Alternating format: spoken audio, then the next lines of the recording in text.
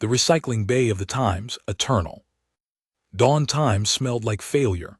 At least that was what everyone said when they talked about the people who worked there. Tammin didn't mind the smell anymore after 3 years of sorting through the colony ship's waste. His nose had stopped noticing it. What he couldn't stop noticing were the looks people gave him when he walked through the main corridors during shift changes.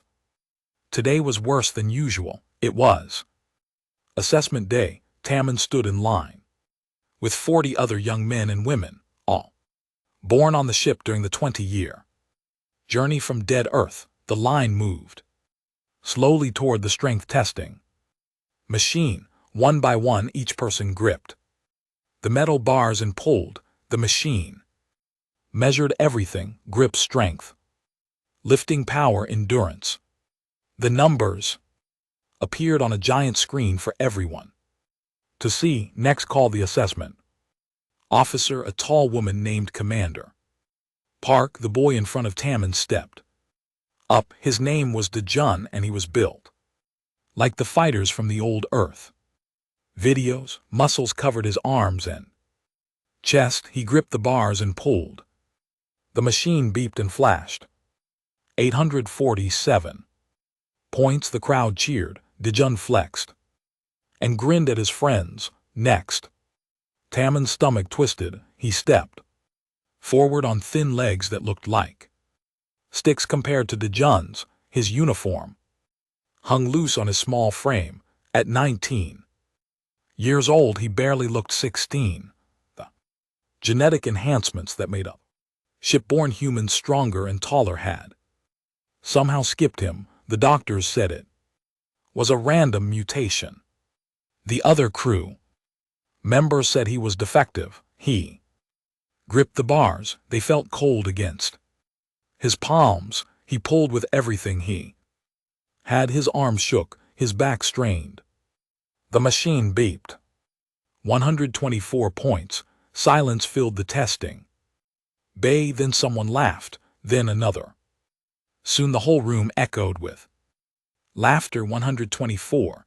Dejun's voice rose above the others. My little sister scored higher than that. Commander Park's face showed nothing. She marked something on her tablet. Lee Tammin, recycling division score 124, rank last. She looked at him with tired eyes. You're dismissed. Tammin walked back through the crowd. People stepped away from him like weakness was contagious. Only one person moved toward him. Yuna pushed through the crowd and grabbed his arm. Ignore them, she said quietly. Yuna had been his friend since childhood. She worked in the ship's garden bay, growing food for the 3,000 people aboard. She was strong, scoring 612 points last year, but she never treated him differently. I'm used to it, Tammin said. It was true and not true at the same time. They walked together toward the residential section. The ship's corridors were wide and clean, lit by white lights that never changed. Some children ran past them, playing chase. An old man pushed a cart of medical supplies. Everything looked normal, but Tammin felt the weight of every stare. Did you hear? Yuna said. Captain Minu called a meeting. We reached the Vreth trading station. Tammin had heard rumors about the Vreth.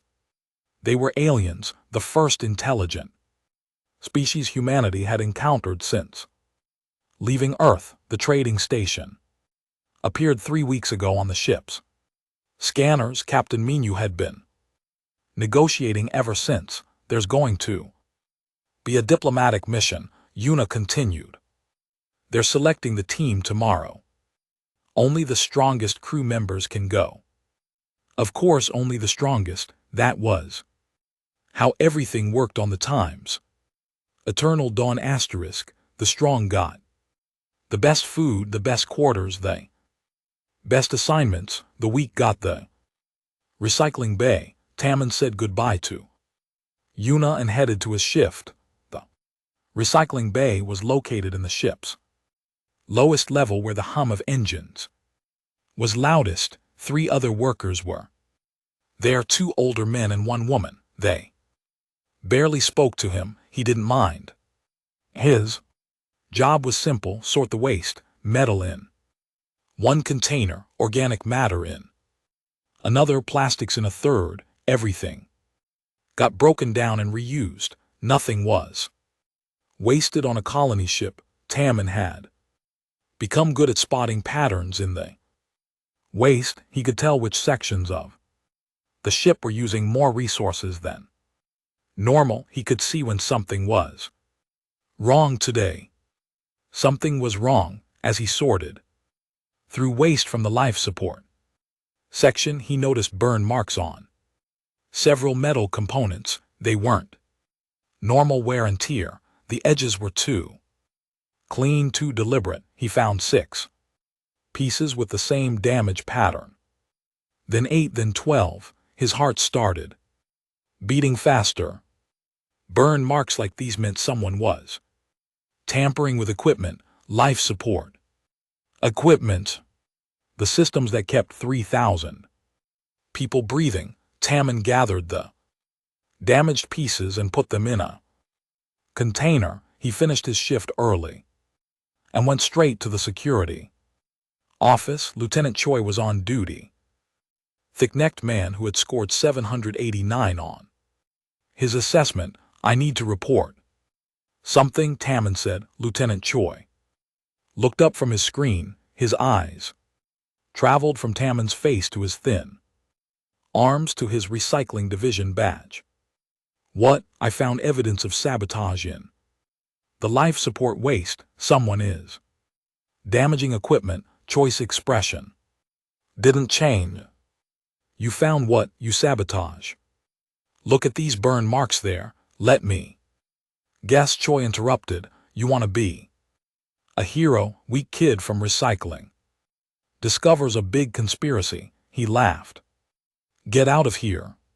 Stop wasting my time."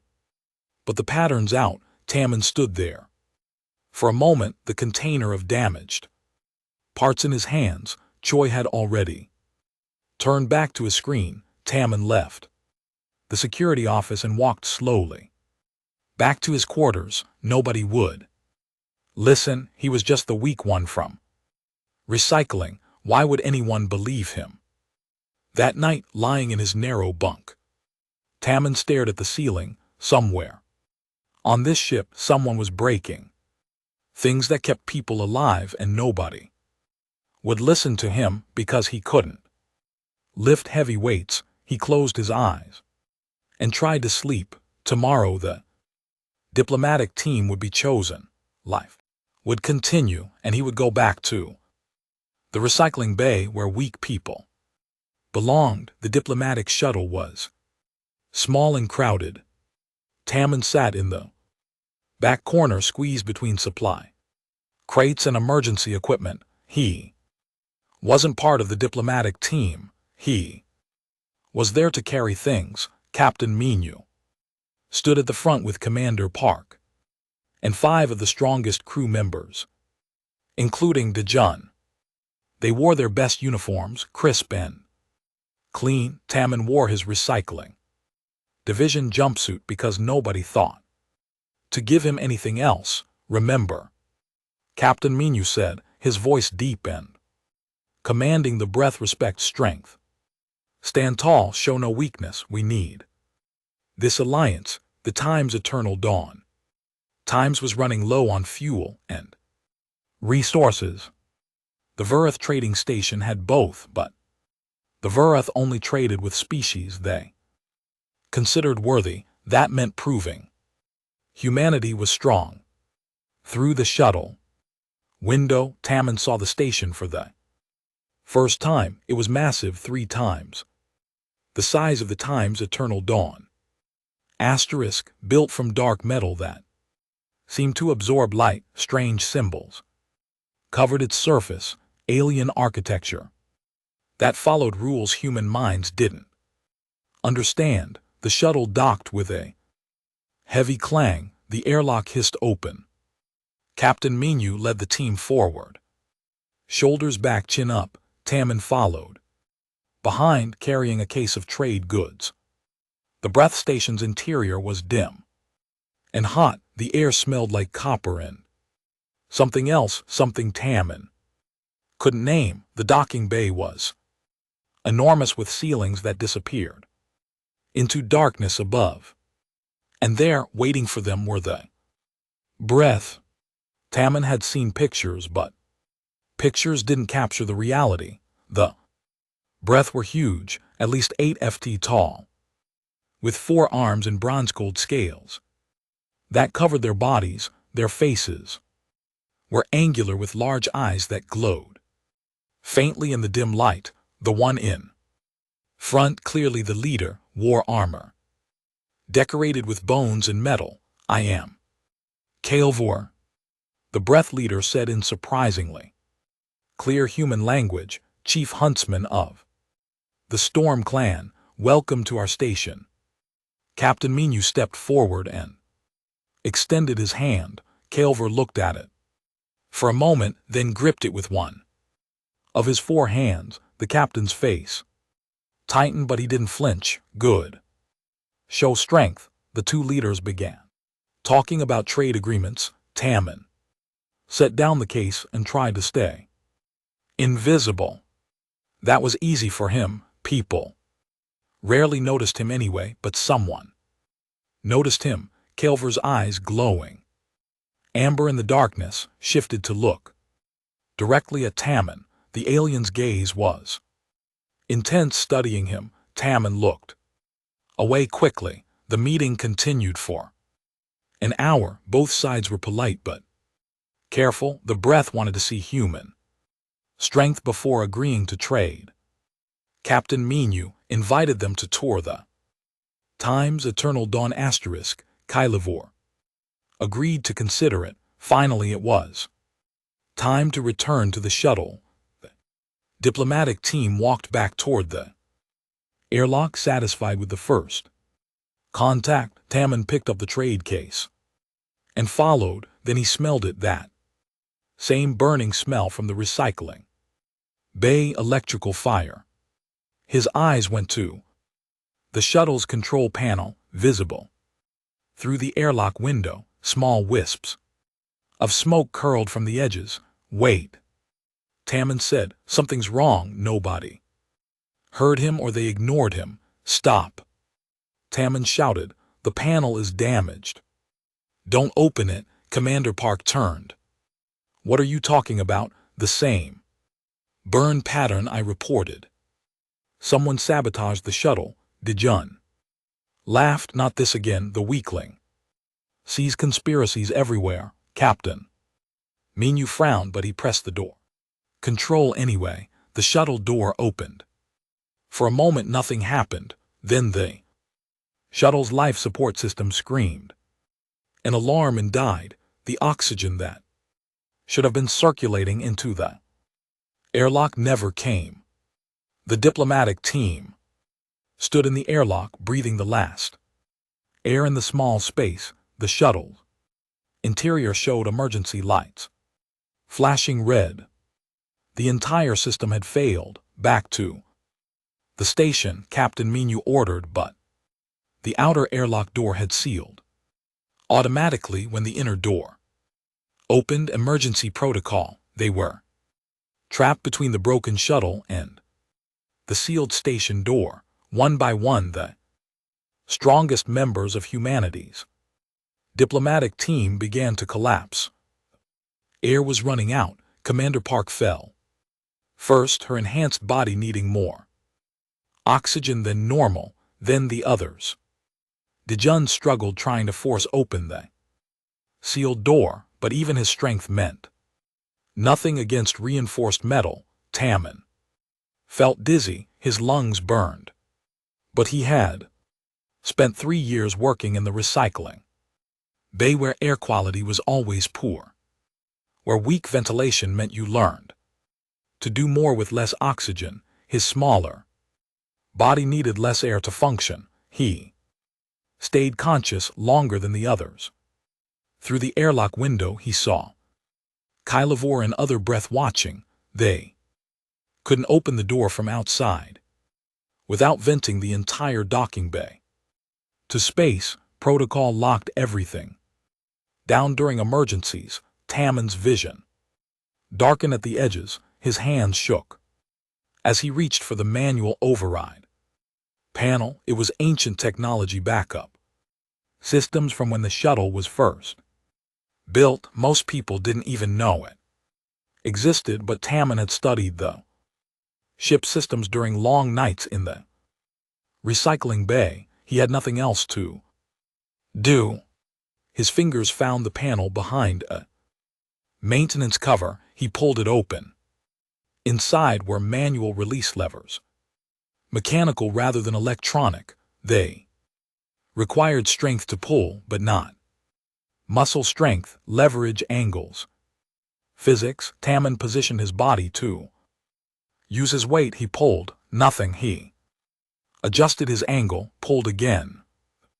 Lever moved a fraction of an inch. His vision was going black now. He could hear his heartbeat in his ears. One more pull. He used everything, every bit of strength his weak body had. The lever clicked. The airlock's outer door hissed and began to open. Air from the breath station rushed in. Tamman collapsed. He woke up on the station floor with Kylivor kneeling beside him. The alien's forearms moved quickly, checking his breathing and pulse. Behind him, VTH medics were helping the human diplomatic team. Everyone was alive. You saved them, Kylivor said. His voice was deep and rough, like stones grinding together. The strong ones fell. The weak ones stood. Tamman tried to sit up. His head spun. Is everyone okay? Yes, because of you. Kylivor tilted his head, studying Tamman the way one might study something unexpected and interesting. What is your name? Lee. Tamman. Kylivor repeated it carefully. You told them the shuttle was damaged. They did not listen. Nobody listens to me. I'm weak. Kylivor made a sound that might have been a laugh. Weak? You stood when they fell. You opened a door they could not open. Words were proven true. He stood, his massive form towering over Tamman. Perhaps your people measure strength incorrectly. End quote. Clipped. End quote. Captain Minu approached, still unsteady. Thank you, Tamman. You saved our lives. Tamman nodded, unsure what to say. Kylivor spoke again. Captain Minu, I have decided about our trade agreement, but I have one condition. What condition? I want this one. Kylivor pointed at Tamman. To join my hunting party. We leave tomorrow for the crystal moon. It is our tradition to hunt with potential allies. The silence that followed was heavy. A breath hunt was dangerous, often deadly. It was both honor and test. Captain Minu looked at Tamman's thin frame and weak arms. Everyone knew what would happen. Tamman would die on that moon. If that is your wish, Captain Minu said slowly, then Tamman will join you. Kylivor's eyes glowed brighter. Good. I'm curious to see what true strength looks like. The night before the hunt, Tamman couldn't sleep. He lay in his quarters on the breath station, staring at the dark ceiling. Every crew member from the Times, Eternal Dawn Times, thought he was going to die. They didn't say it directly, but he saw it in their eyes. Even Yuna, who believed in him more than anyone, looked worried when she hugged him goodbye. Knock on his door made him jump. It was late, well past midnight by ship time. He opened the door and found Yuna standing there with a bag. I brought you something, she said, pushing past him into the room. She opened the bag and pulled out pieces of equipment. Better boots. They're from the Exploration Division. And this, she held up a small knife. It's not much, but it's sharp, and this is a scanner. It can detect movement within 50 m. Tammin took the item slowly. Yuna, you could get in trouble for taking these. I don't care. Her eyes were fierce. Everyone thinks you're going to die out there, but I know you. You're smart.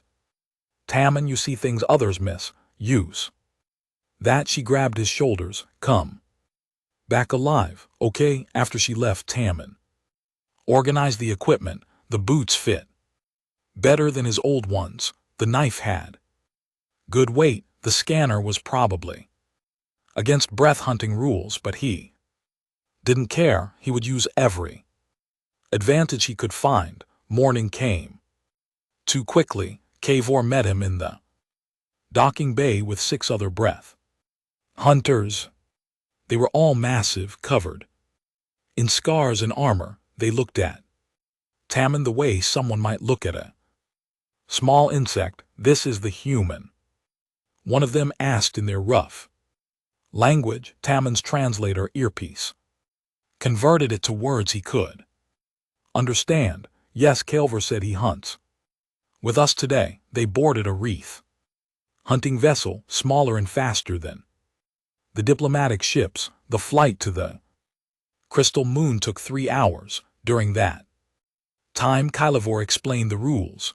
The crystal moon has creatures we call shard beasts. They are made of living crystal, hard as diamond, fast as thought. We hunt them for their cores, which power our ships and weapons. The hunt is simple: track, corner, kill. We return when everyone has taken at least one core, or when someone dies. How many hunters die? Tammin asked. Kavor's expression was unreadable. On average, 1 in every 3 hunts. The crystal moon's surface was beautiful and terrifying. Everything glittered under the light of a distant star. The ground was made of crystalline formations that rang like bells when touched. Forests of crystal trees created mazes of reflecting light. And somewhere in all that beauty, the shard beasts waited. The hunting party split into pairs. Kavor stayed with Tammin. Stay close, the Vree said, and stay quiet. Ian, stay quiet. They moved through the crystal forest. Tammin's new boots barely made sound. His small size let him slip between crystal formations that Kavor had to walk around. Alien noticed this, but said nothing. After an hour, they found tracks. Long scratches in the crystal ground, gouged deep. Kavor knelt and examined them. Recent, maybe 10 minutes. This way. They followed the trail deeper into the forest. The light changed here, reflecting through layers of crystal, until Tammin couldn't tell which way was which. He pulled out Yuna's scanner. Movement registered 60 m ahead, then 40, then 20. It's close, Tammin whispered. Kior raised one hand. In a signal, they moved slower. Then Tammin saw it. The shard beast looked like a wolf made of living crystal, each piece shifting and moving independently. Its eyes glowed red from within. It was beautiful. It was terrifying. The beast turned its head toward them. For one frozen moment, nobody moved. Then it attacked. Kavor met it head on with 2 spears in his 4 hands. The crystal wolf was fast, but the breath chief was faster. They fought in a blur of movement, crystal claws against metal spears. The sound of the battle echoed through the forest like breaking glass. Tammin pressed against a crystal tree, trying to stay out of the way. Then his scanner beeped. Movement behind them. He turned and saw 2 more shard beasts approaching. They had been flanked behind. He shouted. Kavor couldn't turn. He was locked in combat with the first beast. The 2 new ones charged directly at Tammin. Every instinct screamed at him to run, but Tammin's Mind was already working, analyzing, planning. The beasts were fast in straight lines, but the crystal forest was a maze. He ran not away, but through a tight gap between two crystal formations. His small body fit easily. The beasts tried to follow, but they were too large. They had to go around. Those 5 seconds gave Tammin time to think. He noticed something. The shard beasts weren't hunting randomly. They were defending. Their movements were aggressive but protective. Why? He looked down below his feet, barely visible through the transparent crystal ground. He saw something glowing, eggs or something like eggs, round crystal spheres with light pulsing inside them. The beasts weren't hunting them. The hunting party had walked into their nesting ground. Tammin ran back toward Kael'vor, dodging between crystal trees. The two beasts followed him, focused on the threat to their nest. He led them in a circle away from the eggs, back to where Kael'vor was finishing his fight with the first beast. There, defending nests. Tammin shouted, "We're in their breeding ground." Kael'vor and LT Unc and GT's head snapped toward him. Then the Breath Chief understood. He signaled something in his own language. A retreat call. They ran together, Tammin and Kael'vor, with 3 shard beasts pursuing. Once they crossed out of the nesting area, the beasts stopped chasing. They stood at the boundary, watching, making sure the threat was gone. Kael'vor stood breathing heavily, all 4 arms still gripping his spears.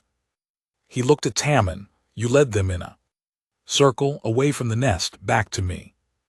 I didn't know what else to do. You saved both of us." Kael'vor made a sound that Tammin had learned was Vree laughter. The strong warrior needs saving by the weak human. This is a story my clan will tell for years. Great Mark, always 79. They found the rest of the hunting party. 2 other breath had been injured, one badly, by wandering into the same nesting areas. Tammin shared what he had learned. The Vurith adjusted their strategy, avoiding the nesting grounds and targeting solitary beasts instead. The hunt was successful. Everyone took their cores. Nobody died. As they returned to the ship, Kaor walked beside Tammin. "You notice things," the Breath Chief said. "You see patterns.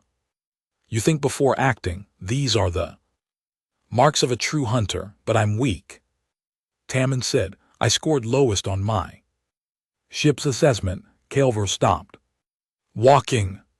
He looked down at Tammin with his glowing amber eyes. "Strength is not the absence of weakness. Strength is the wisdom to use what you have. Your people measure only muscle. We breath measure more. We measure the mind, the spirit, the will to survive." He placed one of his large hands on Tammin's shoulder. "You are not weak, Tammin. You are simply different." That night, back on the Breath Station, Kael'vor held a feast for the successful hunt. The other Breath hunters celebrated, drinking and eating and telling stories. They included Tammin in their circle, treating him not as the weak human, but as one of the hunting party. At the end of the feast, Kael'vor stood. The room fell silent. He pulled out a knife and cut his palm. "Among my people, there is a ritual. When a warrior finds another worthy of trust, worthy of respect, they perform the Bloodmark Brotherhood. Will you accept this honor?" He would abound. Tammin's hand shook as he took the knife. He understood what this meant. It was more than friendship. It was family. He cut his own palm, red blood mixing with blue. Kaor gripped his hand. "From this day you are my brother. Anyone who harms you harms me. Anyone who doubts you doubts me. I claim you as StormClan." The breath hunters roared there. Approval voices shaking the walls, and Tammin, the weak one from the recycling bay, felt something he had never felt. Before he felt strong, when Tammin returned to the time's eternal dawn. Everything had changed. People still stared at him, but differently now. The news of the Bloodmark Brotherhood had spread through the ship. The weakest human had become brother to the Verith chief Huntsman. Captain Menu had no choice but to make Tammin the official liaison to the Vreth clans. Dejun was furious. This is wrong. He shouted in the mess hall, loud enough for everyone to hear. His weak, he scored 124 points. I scored 847. I should be the liaison. Commander Park, sitting at a nearby table, didn't even look up. The breath chose him. We need this alliance. Tammin tried to ignore the anger in Dejun's eyes. He had a new quarters now, bigger than his old one, with a desk and a proper bed, but he still felt like the same person, still small, still weak by the ship's standards, but now he had authority, access to systems he never had before, and he used that access to return to his investigation. The sabotage hadn't stopped. Someone was still breaking things, still pushing the ship towards some kind of disaster. Yuna helped him. She brought him meals and sat with him while he worked, searching through system logs and maintenance reports. She had always been good with plants, understanding how living systems connected. She applied that same thinking to the ship's systems. Look at this, she said one night, pointing at her tablet. The sabotage isn't random.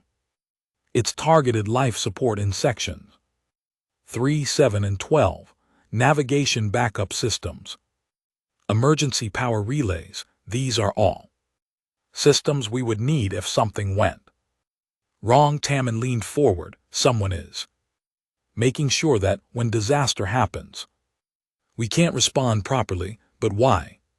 What disaster? Tammin pulled up the ship's navigation charts. The time's eternal dawn times was heading toward a planet called Thalos, a world with breathable atmosphere and abundant water, perfect for a colony. But there was another planet nearby, a harsher world called Carvos, all rock and ice and violent storms. What if someone wants us to crash on Carvos instead? Tammin said slowly.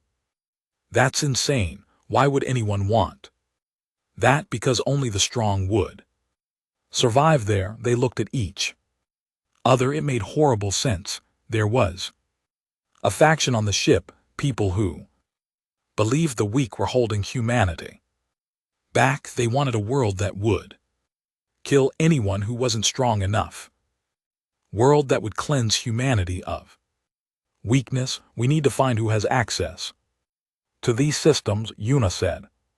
Tammin traced the access codes through layers of security. It took 3 days. The codes were hidden, bounced through fake accounts, masked behind maintenance protocols, but finally he found the source. The primary access came from a lieutenant's account, Lieutenant Choi De Jun. Tammin's blood went cold. De Jun, the strongest fighter on the ship, the one who hated him most, the one who wanted to be the breath liaison. We have to tell Captain Minu, Yuna said.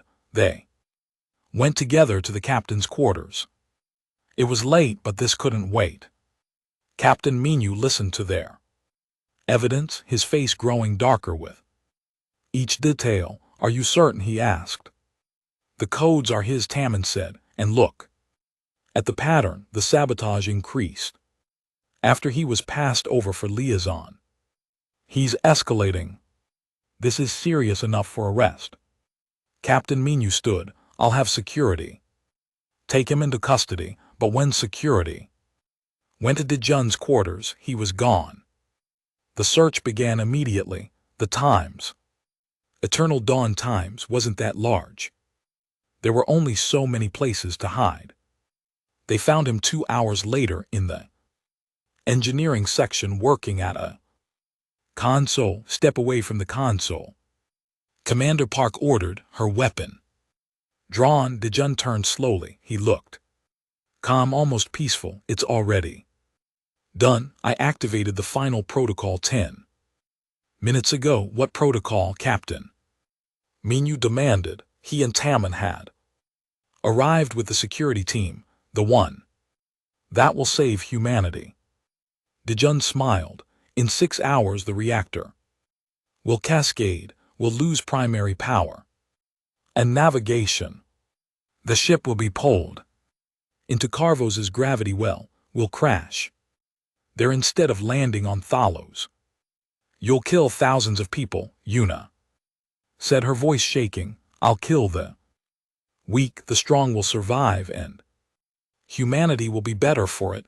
Dejun looked directly at Tam. You're the perfect example of why this is necessary. You're weak, useless, and yet they made you important because you impressed some aliens. You should have died in the recycling bay. You should have died on that hunt. But you keep surviving, and that gives other weak people hope, false hope. Tammin felt something cold settle in his chest. You sabotaged the diplomatic shuttle too. You tried to kill Captain Minyu and the others. I tried to kill you, Dejun corrected. The others were acceptable losses, but you survived. That too. He shook his head. It doesn't matter now. The reactor can't be stopped, not through the computer systems. I made sure of that, Captain Minyu grabbed him. Then you'll manually shut it down. The access tunnel is too small for enhanced humans. You can't reach the manual controls. Dejun laughed. I thought of everything. The engineering team confirmed it. The reactor was cascading, building toward critical failure. The only way to stop it was through manual override, deep in the reactor core. But the access tunnel had collapsed years ago and been replaced with emergency maintenance tubes that were only 18 in wide. No enhanced human could fit there. Larger, stronger bodies were too big. Commander Park looked at the schematics. We need someone small. Everyone turned to look at Tammin. No, Yuna said. Immediately, the radiation levels will kill him. We calculate 20 minutes before lethal exposure, an engineer said. Quietly, maybe less. How long to reach the manual override, Captain Minyu asked. 15 minutes, if everything goes perfectly. Tammin stepped forward. I'll do it, Tammin. No, Yuna grabbed his arm. There has to be another way. There isn't. He looked at her, at Captain Mingho, at all the people on this ship. 3,000 people will die if I don't. That's not a choice, that's just math. Dejun, held by security, stared at him. You're going to die trying to save people who think you're worthless. Maybe, Tammin said, but at least I won't die being the kind of person who thinks strength is the only thing that matters. Security took Dejun away. The engineering team prepared Tammin for the reactor tunnel. They gave him a radiation suit that would buy him maybe 5 extra minutes. They gave him a communication headset so Yuna could guide him through the process. They gave him the tools he would need. They didn't give him false hope. Everyone knew what would happen. He would stop the reactor cascade, and then he would die from radiation poisoning. Captain Minyu pulled him aside before he entered the tunnel. I was wrong about you. I measured you by the wrong standard. I'm sorry. It's okay, Tammin said, and he meant it. Yuna hugged him. She was crying. You're the Strongest person I've ever known. I'm really not, he said. I'm just the right size for a small tunnel, but as he entered the reactor core, crawling through the narrow maintenance tube with radiation counters clicking faster and faster, Tammin thought about Kylever's word, strength is the wisdom to use what you have. Maybe dying to save 3,000 people was its own kind of strength. The tunnel was hot and dark and barely wide enough for his body, his weak, small, worthless body, the body that fit where stronger bodies could not. Tammin crawled forward into the burning heart of the ship. The heat inside the reactor tunnel was unbearable. Tammin's radiation suit helped, but sweat still poured down his face. Suit's internal display showed numbers climbing, radiation exposure increasing, time remaining decreasing. He had been crawling for 8 minutes, left at the next junction. Yuna's voice crackled through his headset. She was in the engineering bay watching his progress through sensors. Then straight for 30M. Okay, Tammin said. His voice sounded strange in his own ears, too calm. Maybe this was what accepting death felt like. The tunnel walls glowed with heat through gaps in the metal. He could see the reactor core itself, a swirling mass of blue-white energy, beautiful and deadly. The crackling sound of radiation filled his ears, or maybe that was just his radiation counter. It was clicking so fast now it sounded like static. How much time, he asked. Yuna's pause told him everything. 14 minutes since you entered. You're doing great. 14 minutes. That meant he had maybe 6 minutes before the radiation killed him, and he still hadn't reached the manual override, but he kept crawling.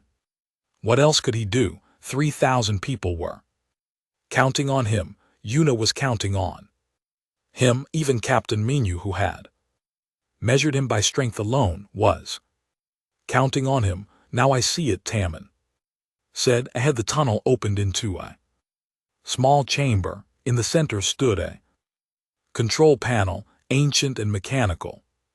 This was the manual override, built when the ship was constructed, meant as a last resort. Nobody had needed it in 20 years until now.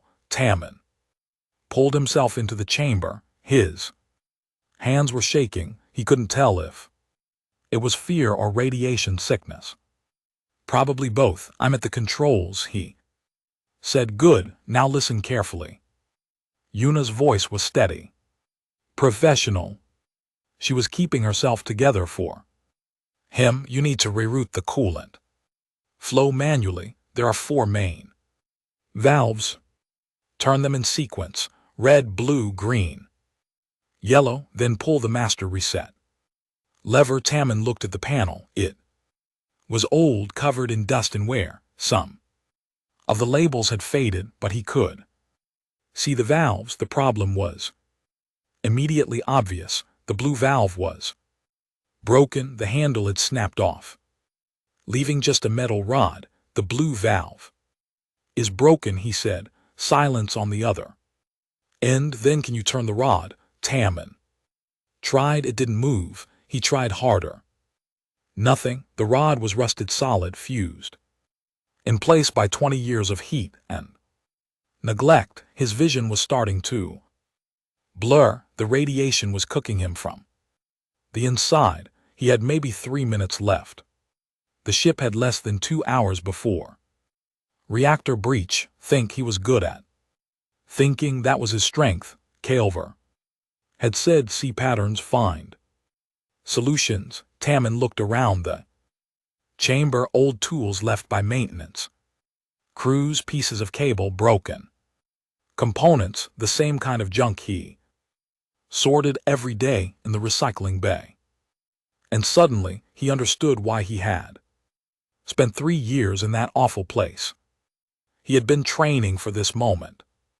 Without knowing it, he grabbed a piece of cable and a metal rod. He wrapped the cable around the broken valve stem, creating a makeshift handle. Then he used the rod as leverage, threading it through the cable loop. Physics angles.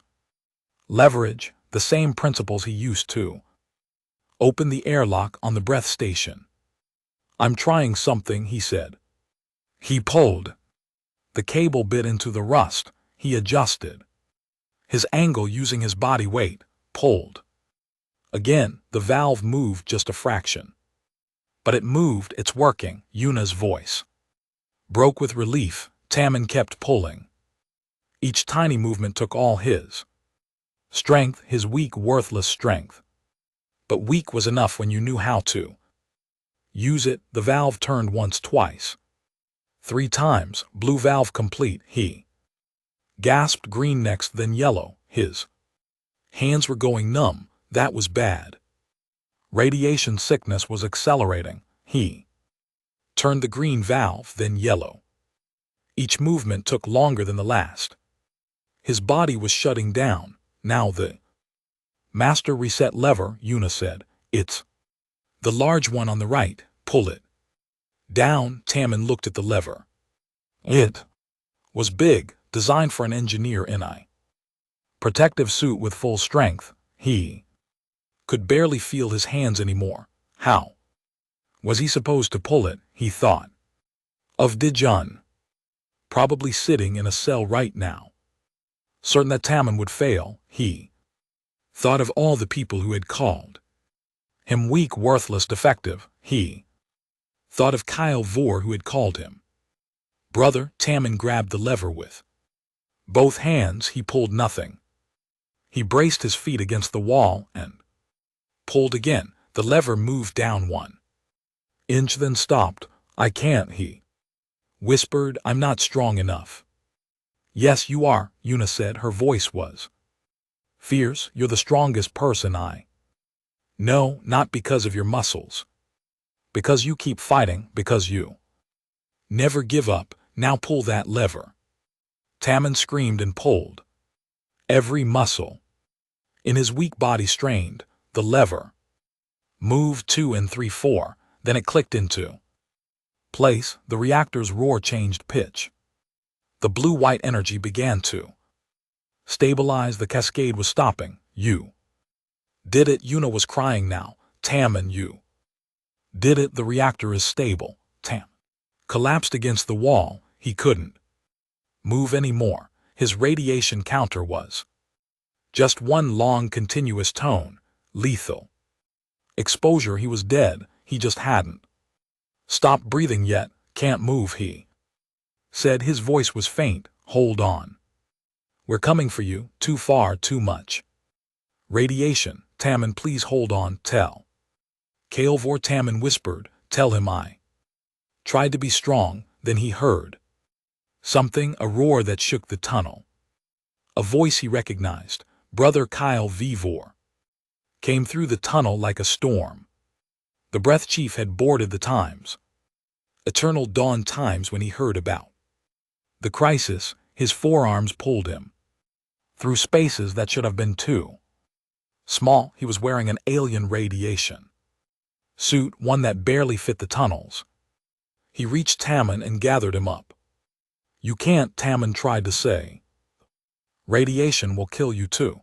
VTH biology is different. Our cells regenerate faster. We can survive higher doses."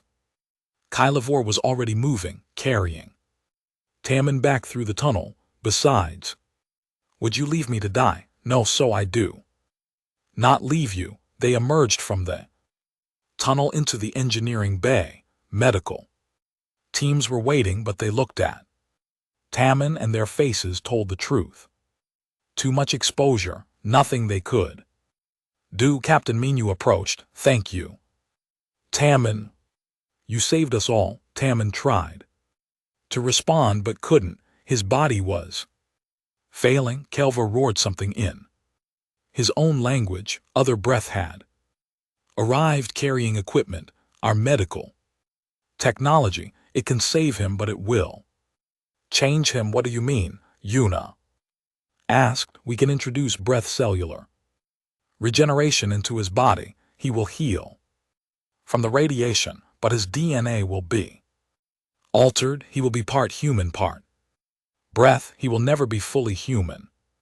Again, everyone looked at Tammin. He could barely keep his eyes open. Chain him. He had been called defective, broken, worthless his whole life. What did it matter if he changed? He nodded.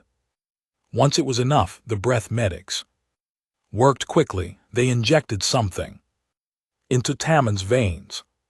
It burned like fire, then like ice, then like nothing he had ever felt before. He screamed. Then everything went black. He woke up 3 days later. Yuna was sitting beside his bed holding his hand. When she saw his eyes open, she started crying. Hey, he said. His voice was rough but strong. You're alive. You're actually alive. Tammin looked at his arms. His skin had changed slightly. It had a faint bronze tint now, like V scales, but softer.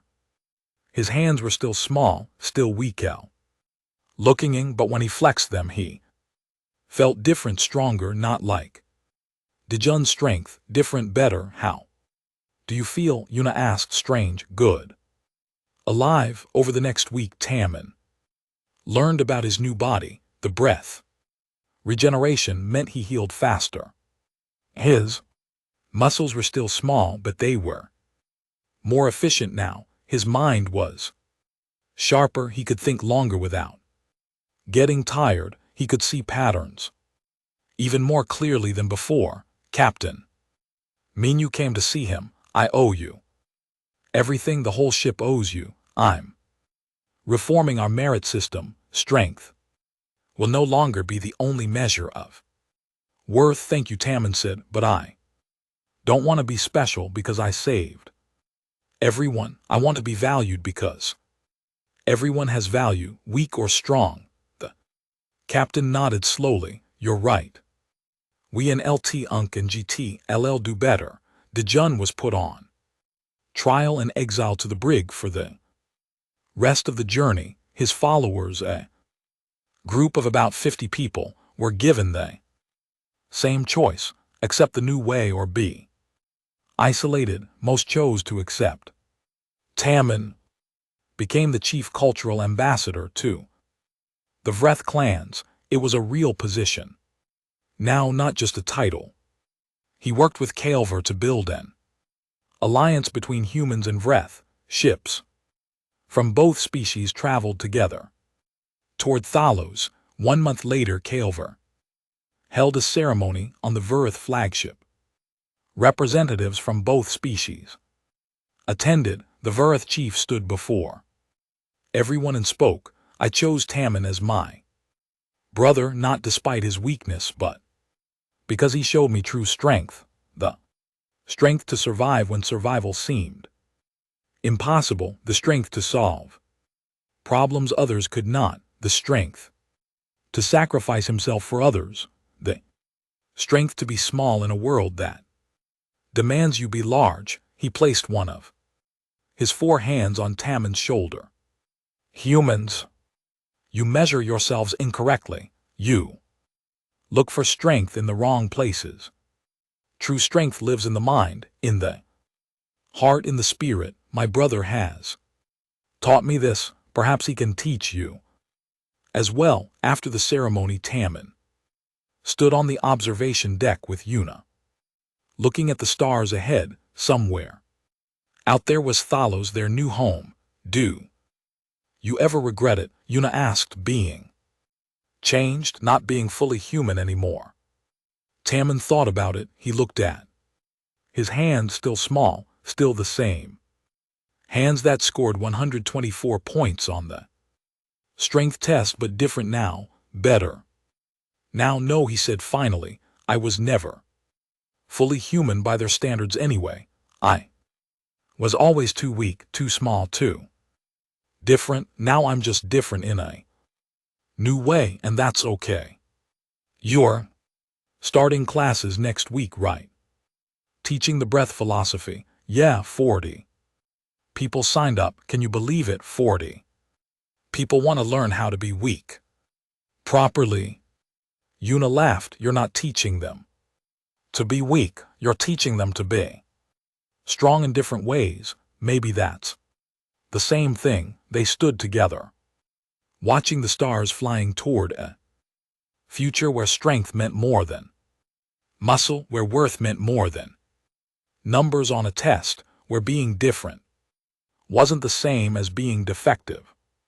Behind them, Kylivor joined them at the window. The VHT chief stood beside his brother, and together they watched humanity's new home grow larger in the darkness. What do you think? Kaor asked.